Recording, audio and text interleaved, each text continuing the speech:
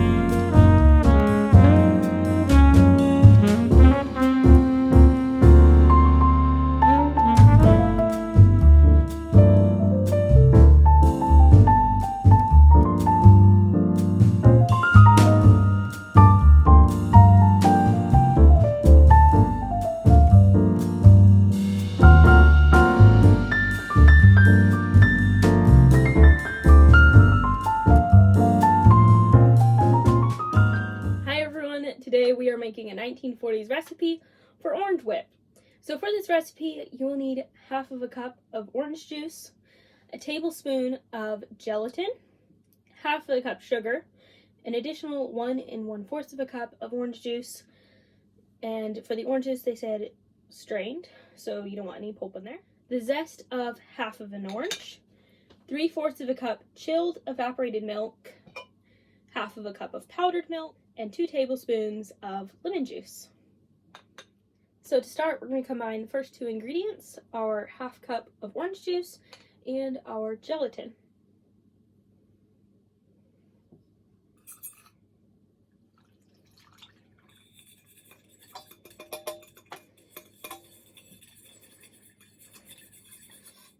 Alright, now we're going to let the gelatin mixture bloom for about 5 minutes, and then we are going to heat this on the stove until the mixture is clear.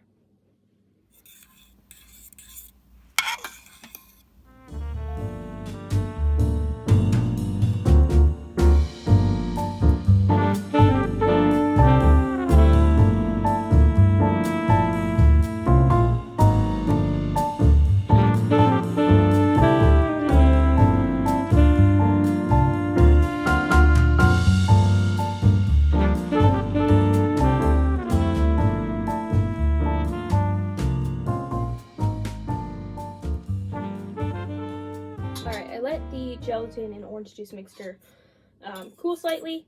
Now we're going to add the orange juice,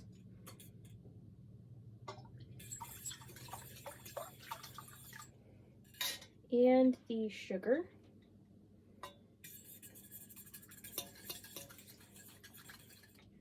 We're also going to add the orange rind and lemon juice.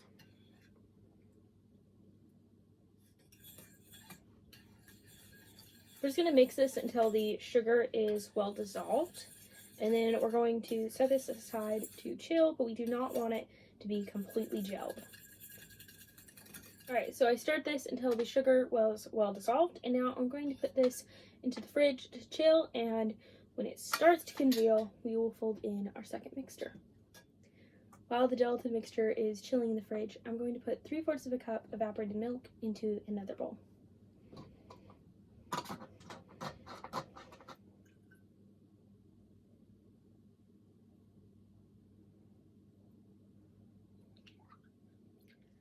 Now I'm going to whip the evaporated milk into stiff peaks.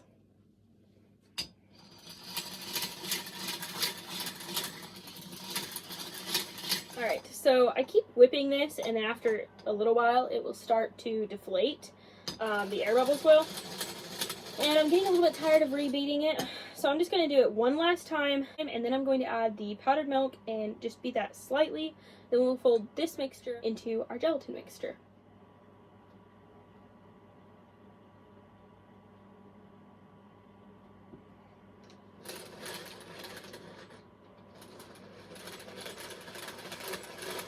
So I was pretty sure that after adding the dried milk, this would thicken up and help it to hold some of the air bubbles more. And it looks like that's what's happening. It's just getting a bit thicker, and the bubbles are not popping so quickly. So hopefully this works. I'm going to beat it a little bit more, and then I'll fold it in. Alright, so this is pretty thick. It's not extremely foamy. It's still pretty liquidy, but it's gotten thicker. And this is basically now extra concentrated milk, because evaporated milk is already concentrated, and then we added powdered milk. So it's like really thick milk now. And I'm gonna go get the gelatin mixture. This just started to congeal. I'm gonna mix it up a little bit because the edges are thicker than the middle. And then we're going to put this on the side, kind of fold it together. Ooh.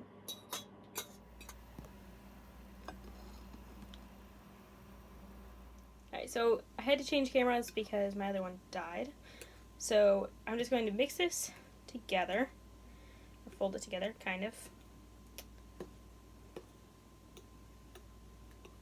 Both of these are a lot thinner, so it's kind of more like mixing it together instead of folding.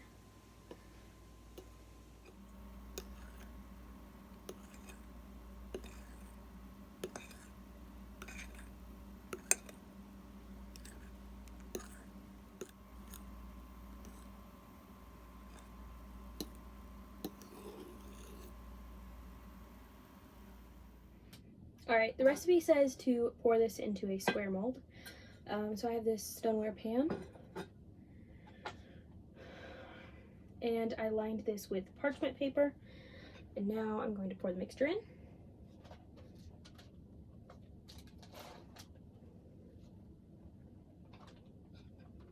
I was worried this wouldn't be big enough, but it's actually the perfect size.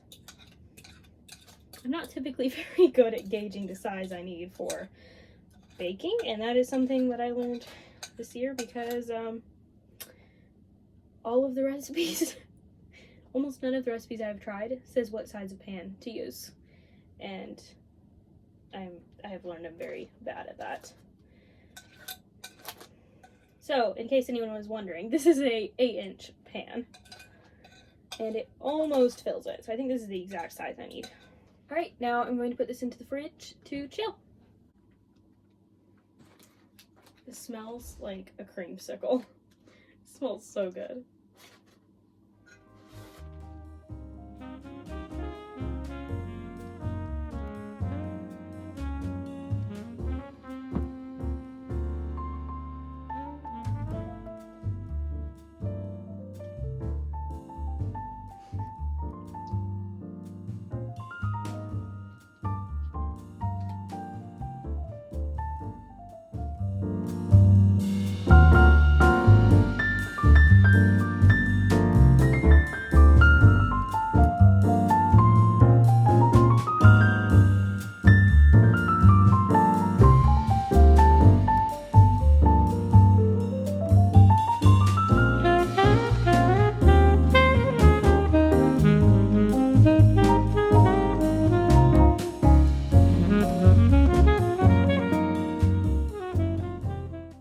So the recipe called for diced sweetened oranges for serving, or other fruit.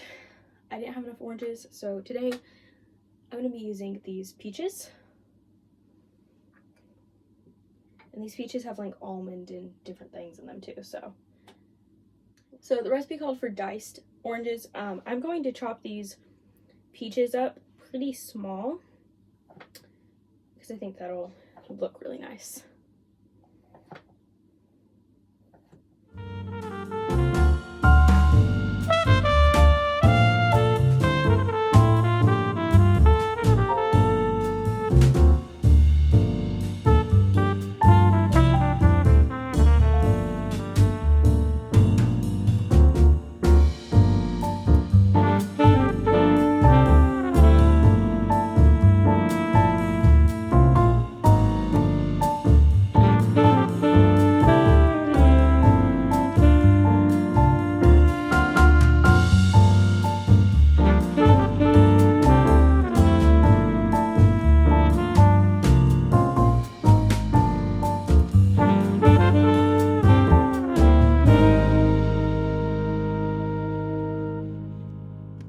Alright, they're done, and they look really pretty.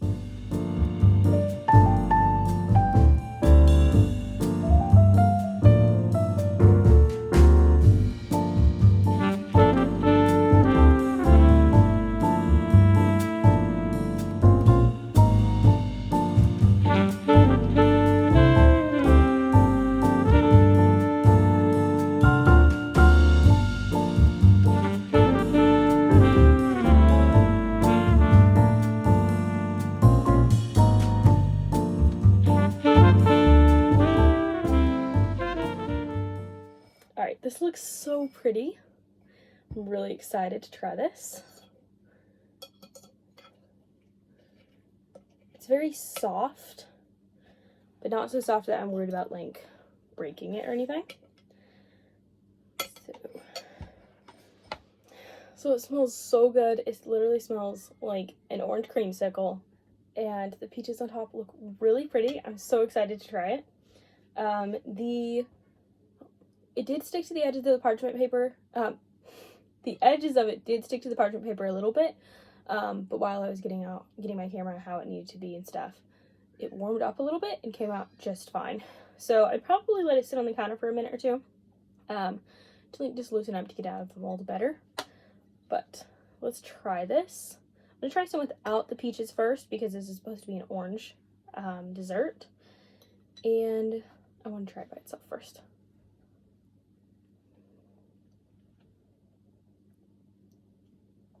So the flavor is really intense orange, even stronger than I expected. It's really, really strong.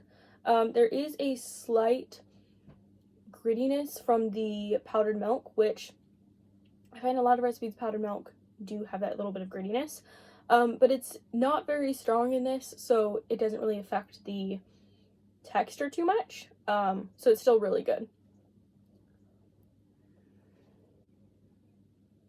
It's really light and just like feels a little bit foamy when you eat it, and it's just super, super strong orange. It definitely tastes like kind of a creamsicle, but a bit stronger of an orange flavor. Let's try some with the peach. Like I said, it did call for diced sweetened oranges, but it said you could use other fruits as well.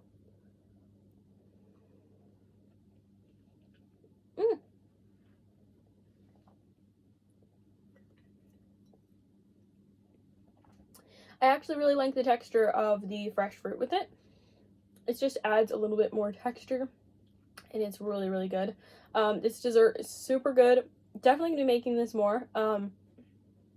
It's kind of like a Jell-O, but not as strong. Like, there's not as much gelatin in it, so it's a bit more creamy, and a bit softer, kind of like a custardy Jell-O. And just super strong orange flavor, and then like a hint of a milk flavor afterwards. That is really, really good.